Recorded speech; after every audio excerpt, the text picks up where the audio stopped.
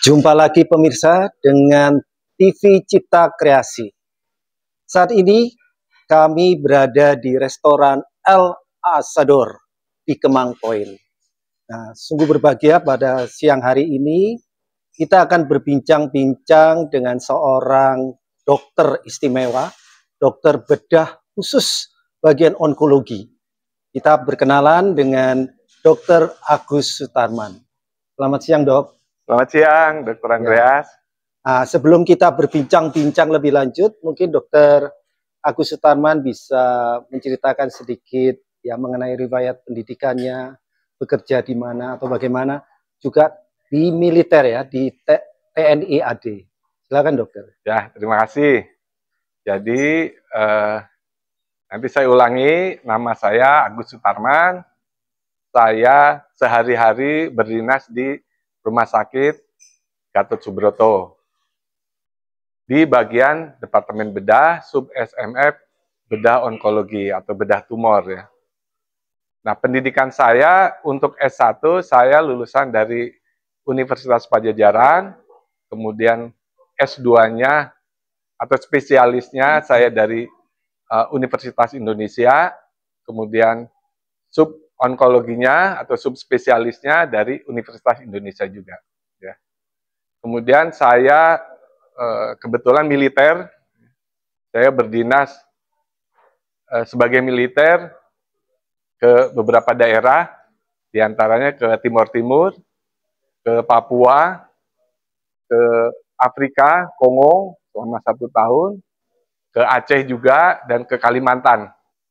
Nah, terakhir saya berlabuh di RSPAD sampai saat ini.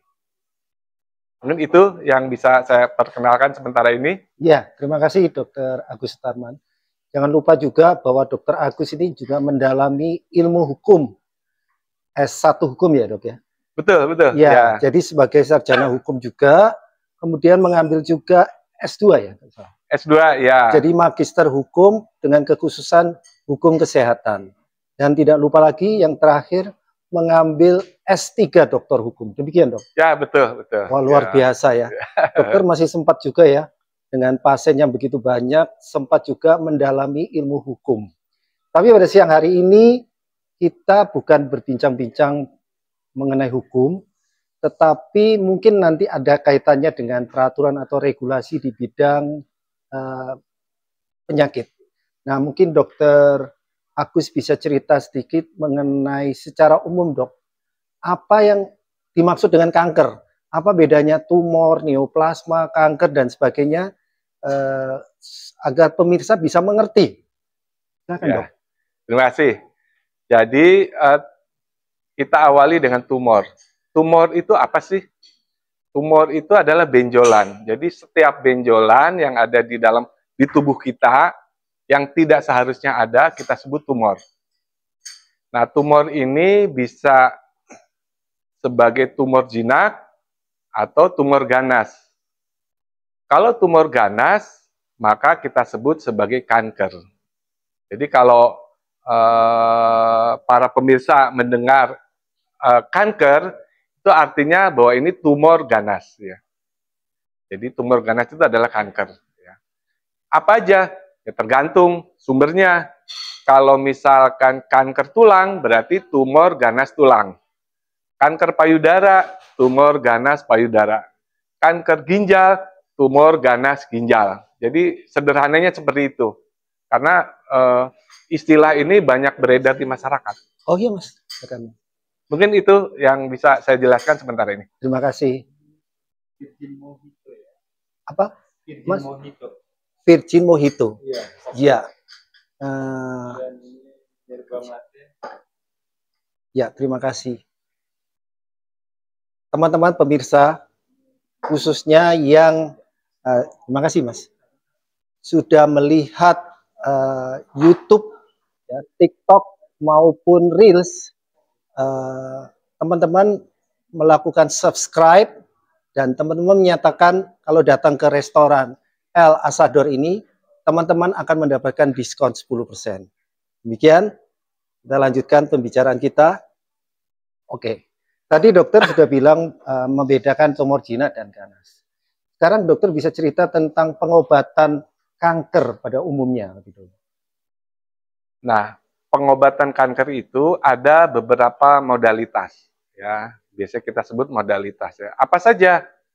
Operasi, kemudian kemoterapi, kemudian radioterapi, radiasi, kemudian imunoterapi, kemudian juga ada targeting terapi. Nah, apakah setiap kanker itu harus mendapatkan satu modalitas? Ternyata tidak. Jadi setiap kanker itu harus multi modality. Iya. Jadi beberapa modalitas, tidak cukup dengan satu modalitas. Itu. Oke. Ya. Nah, sekarang kita berbicara tentang pengobatan yang bukan hanya yang disebutkan Dr. Agus Sutarman, pengobatan kanker yang sampai sekarang masih cukup kontroversial. Contohnya pengobatan dengan herbal atau yang kita sebut pengobatan alternatif. Atau kita pernah dengar, oh ya, terima kasih Mas. Cemilannya apa ya namanya? Ya. Ini ada chicken quesadilla sama burrito carne. Chicken quesadilla. Ya, sebelah ini chicken quesadilla, sebelah sini burrito carne. Oh ya, silakan dokter. Yuk.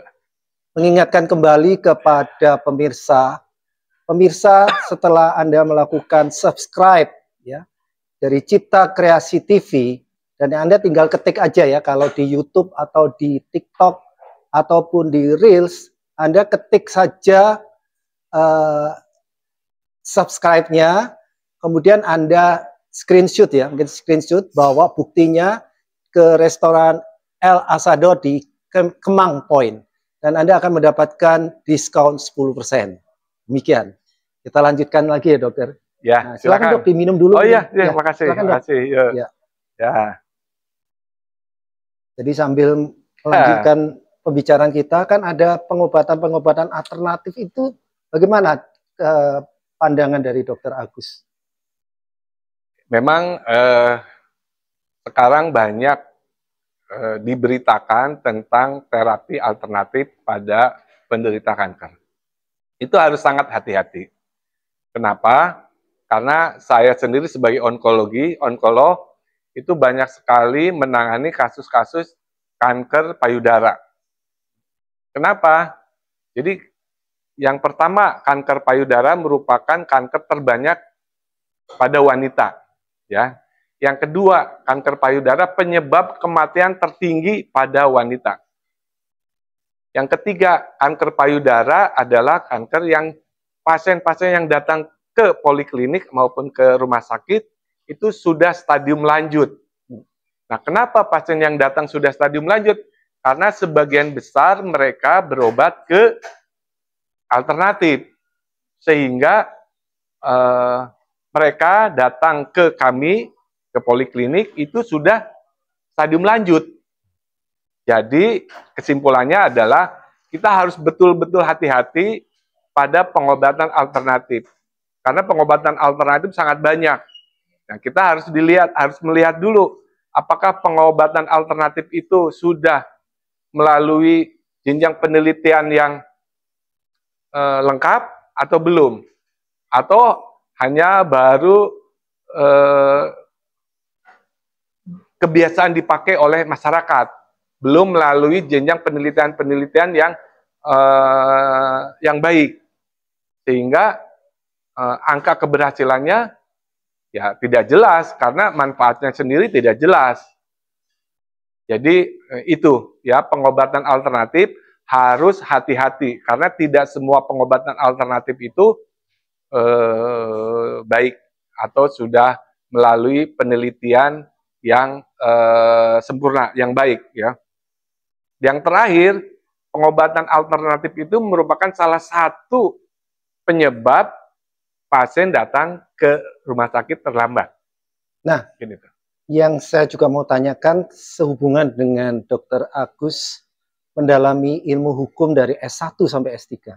Apakah sudah ada selama ini regulasi atau peraturan pemerintah misalnya, Permenkes atau PP, yang mengatur pengobatan alternatif ini sehingga menyebabkan sering terjadinya keterlambatan dalam penanganan kasus-kasus kanker?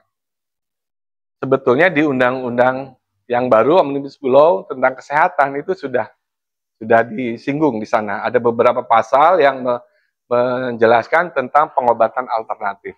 Ya. Tinggal nanti turunannya bagaimana, detailnya seperti apa, itu juga perlu kita perhatikan. Jadi yang penting adalah bahwa pengobatan alternatif itu harus mengikuti kaidah ilmiah, satu. Kedua, harus mengikuti regulasi yang memang sudah dikeluarkan oleh pemerintah. Jangan sampai nanti pengobatan alternatif, dulu mungkin kita pernah mendengar pengobatan alternatif. Jadi seseorang penderita kanker payudara di daerah Bekasi kalau nggak salah, jadi si tumornya itu, penyakitnya itu dipindahkan ke kambing. Nah ini kan bagaimana? Jelas-jelas ini melanggar dari segi ilmiahnya maupun dari segi peraturan regulasinya. Nah, hal-hal seperti ini jelas nggak boleh. Itu ya. Ya, kita berharap di kemudian hari pemerintah dalam hal ini Kementerian Kesehatan juga ikut mengawasi pengobatan pasien-pasien kanker demi ya tercapainya tujuan pengobatan, yaitu pengobatan sedini mungkin ya dok ya. Betul. Karena hasil penemuan yang dini, hasilnya akan berbeda bila pasien sudah datang dalam keadaan lanjut, stadium lanjut. Nah kita lanjutkan lebih dalam dok, bicara tentang pengobatan kanker. Sampai sejauh mana pengobatan kanker yang sekarang ini, saya melihat sebagai dokter juga, saya melihat hasilnya cukup baik ya. Entah dengan kemoterapi atau pengobatan bedah ataupun radiasi. Seperti apa dok pengobatan akhir-akhir ini untuk pengobatan kanker? Sesuai dengan judul podcast kita, apakah kanker itu memang bisa disembuhkan atau tidak dok? Jawabannya sederhana, dalam tanda kutip, bahwa penyakit kanker itu bisa disembuhkan, dalam tanda kutip. Ya.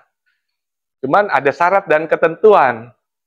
Apa syarat dan ketentuannya? Yang pertama, dia harus diketahui sejak dini. Ya. Yang kedua, dia harus diobati dengan cepat dan tepat. Jangan sampai dia, misalkan contoh payudara, dia sudah mengetahui ada benjolan di payudara, dia berobat cepat, berobatnya cepat. Ya. Kemudian dia berobatnya tidak ke dokter, tapi ke alternatif. Ya. Dia cepat, tapi tidak tepat. Ya. Atau dia berobatnya tepat, ke dokter, tapi tidak cepat, terlambat, sehingga juga nggak bisa.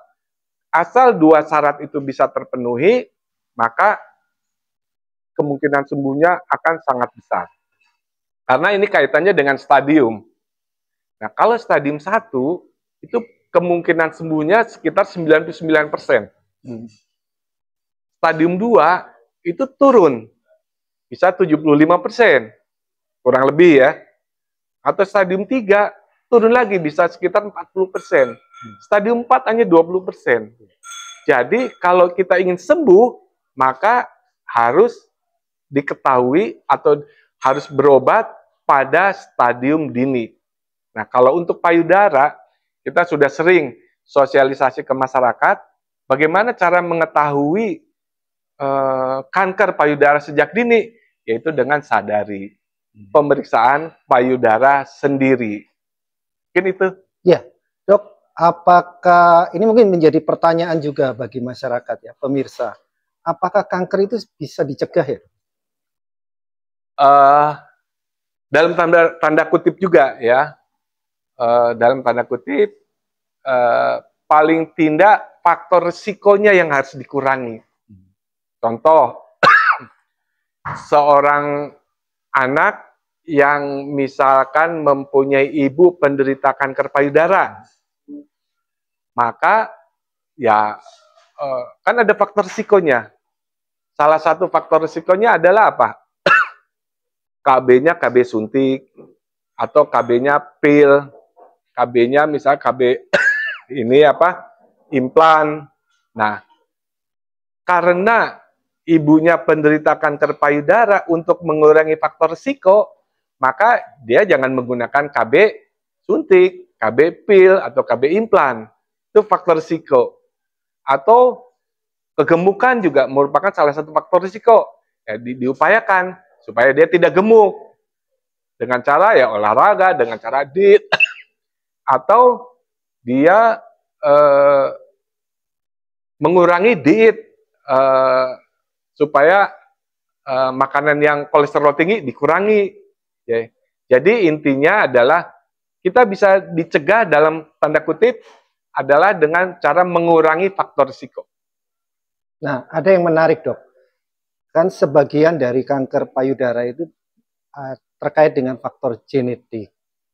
Ada seorang bintang film, ya mungkin sudah terkenal, dia memeriksa genetiknya BRCA ya istilahnya. BRCA ya. BRCA1 atau 2. Ternyata dia positif genetik dari orang tuanya ada cancer. Kemudian dia melakukan pengangkatan payudara, tetapi dengan meninggalkan puting susunya, kemudian digantikan dengan implan.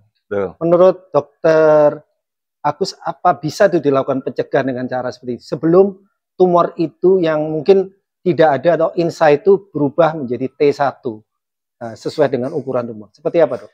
Ya, memang idealnya seperti itu ya. Jadi bisa. Cuman budaya kita di Indonesia ini ya, jangankan belum ada penyakitnya, jangankan belum ada keluhan, yang sudah ada keluhan pun untuk pengangkatan payudara masih sangat sulit ya. Memang ini salah satu artis terkenal di luar sana, ibunya menderita kanker payudara, dia memeriksakan genetiknya BRCA1 2, ternyata disimpulkan bahwa 87% kemungkinan dia terkena. Padahal pada saat itu dia belum terkena, belum ada keluhan apa-apa. Sehingga diputuskan untuk melakukan mastektomi preventif. Ya. Jadi dilakukan simple mastektomi, kemudian dipasang implan, kembali normal seperti biasa. Nah, untuk di Indonesia mungkin, cuman budaya kita yang masih agak sulit ya. Itu mungkin untuk orang-orang tertentu. Dengan budaya atau etika kedokterannya, Dok? Kalau kita lihat dari satu sisi itu budaya. Budaya ya. Karena apa? Sebagian besar penderita kanker payudara itu nggak mau payudaranya diangkat. Ya. Padahal dia sudah menderita kanker payudara. Apalagi ini kalau belum ada penyakitnya. Justru dia akan pasti akan menolak. Kemungkinan besar. Mungkin untuk 1-2 orang mungkin ada yang memang bersedia seperti itu. Tapi sampai saat ini saya berpraktek sekitar di atas 10 tahun, saya belum pernah menemukan pasien yang belum ada penyakitnya, tapi dia ingin diangkat payudaranya. Nah, berkaitan dengan pengobatan stem cell bagaimana? Kaitannya dengan stem cell? Kalau pengobatan stem cell untuk cancer, terutama payudara lah, sampai saat ini belum menjadi standar. Ya, modalitas terapinya kita belum. Baik itu di kita atau di Amerika maupun di Eropa belum. Jadi belum masuk pada standar terapi untuk suatu keganasan. Untuk pencegahan bisa ya menggunakan vaksin, misalnya untuk kanker leher rahim, kan pada anak-anak SD ya, khususnya wanita kan disuntik vaksin HPV ya, Human Papilloma Virus, termasuk juga hepatoma ya, kanker pada liver ya, kan bisa ya vaksin. Tetapi di kanker payudara nggak bisa ya dilakukan vaksin. Nah, untuk payudara sampai saat ini penyebabnya kita belum tahu. Berbeda dengan CA cervix, leher rahim. Penyebabnya tahu bahwa ini karena virus. Nah, ini belum tahu. Karena ini penyebabnya kita sudah tahu virus, maka kita bisa membuat vaksin antinya. Ini belum tahu penyebabnya, sehingga secara teori sampai saat ini belum bisa untuk membuat vaksin untuk kanker payudara atau yang lain yang memang etiologinya atau penyebabnya belum diketahui. Ya, mungkin ini pertanyaan terakhir karena saya tahu bahwa Dokter Agus ini pasiennya banyak ya, sedang menunggu ya mau operasi. Pertanyaan terakhir, Dok, untuk pasien-pasien dengan stadium terakhir, apakah masih ada harapan atau ada terapi baru ya untuk menangani pasien-pasien dengan stadium akhir? Dan kita juga lihat banyak pasien-pasien stadium akhir itu yang mengalami ya komplikasi nyeri yang luar biasa. Kita sebut apa ya, harusnya dilakukan terapi apa paliatif ya, Dok. Di Undang-Undang Kesehatan yang baru sudah disebutkan masuk salah satu bagian dari pengobatan selain kuratif, rehabilitatif, promotif ya, kuratif adalah paliatif.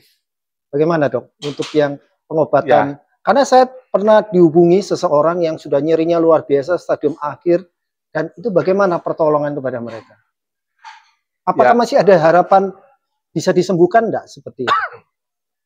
Tadi saya bilang, kalau dia stadium 4 atau stadium akhir, itu kemungkinan sembuhnya hanya 20%. Satu. Kedua, kalau stadium 4 settingnya berbeda. Ya. Tidak kuratif, tapi paliatif. Apa itu paliatif? Paliatif adalah kita memberikan terapi agar si pasien tidak menderita.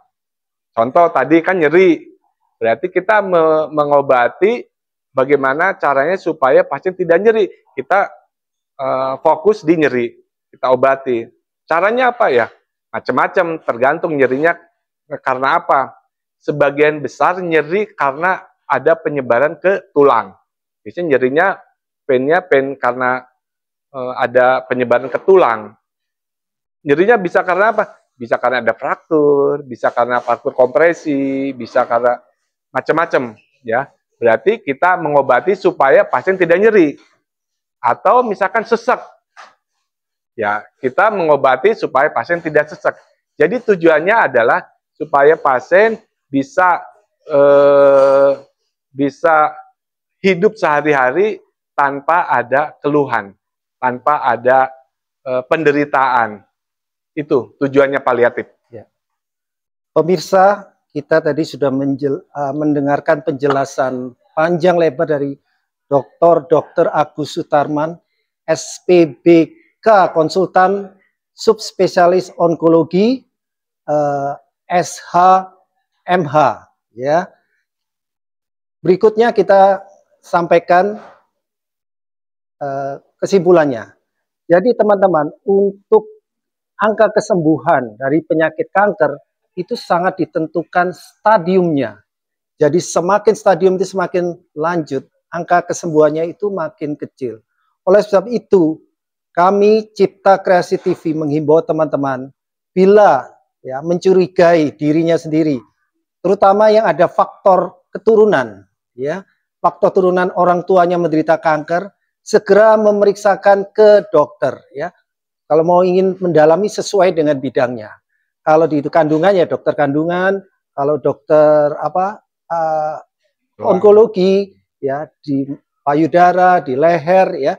Kalau yang di perut mungkin bedah digestif. Segera ke dokter untuk menentukan pertama kali adalah stadiumnya dan menegakkan diagnosa penyakitnya apa sehingga bisa ditangani dengan cepat. Saya ulangi lagi. Jadi pengobatan kanker sangat-sangat ditentukan oleh stadiumnya. Nah, untuk menutup acara ini, saya minta kepada Dr. Agus memberikan closing statement. Silakan, Dok. Ya, saya setuju sekali bahwa kanker atau keganasan itu penyebab kematian cukup tinggi, sehingga pemerintah sendiri memberikan perhatian khusus. Nah, untuk mengurangi angka kematian adalah dengan cara mengetahui sejak dini. Mengetahui sejak dini dengan apa? Ya dengan sejak setelah kita tahu, maka kita harus berobat secara cepat dan tepat. Ya, mungkin itu yang bisa saya sampaikan sehingga harapan dari pemerintah sendiri bisa tercapai, menurunkan angka kejadian dan angka kematian penderita keganasan pada wanita maupun pada laki-laki. Terima kasih Dr. Agus. Sama-sama. Ya. Demikianlah pemirsa TV Cipta Kreasi dari El Salvador Restoran. Kami mengucapkan terima kasih atas atensi dari pemirsa. Kita jumpa dalam pembicaraan yang lain.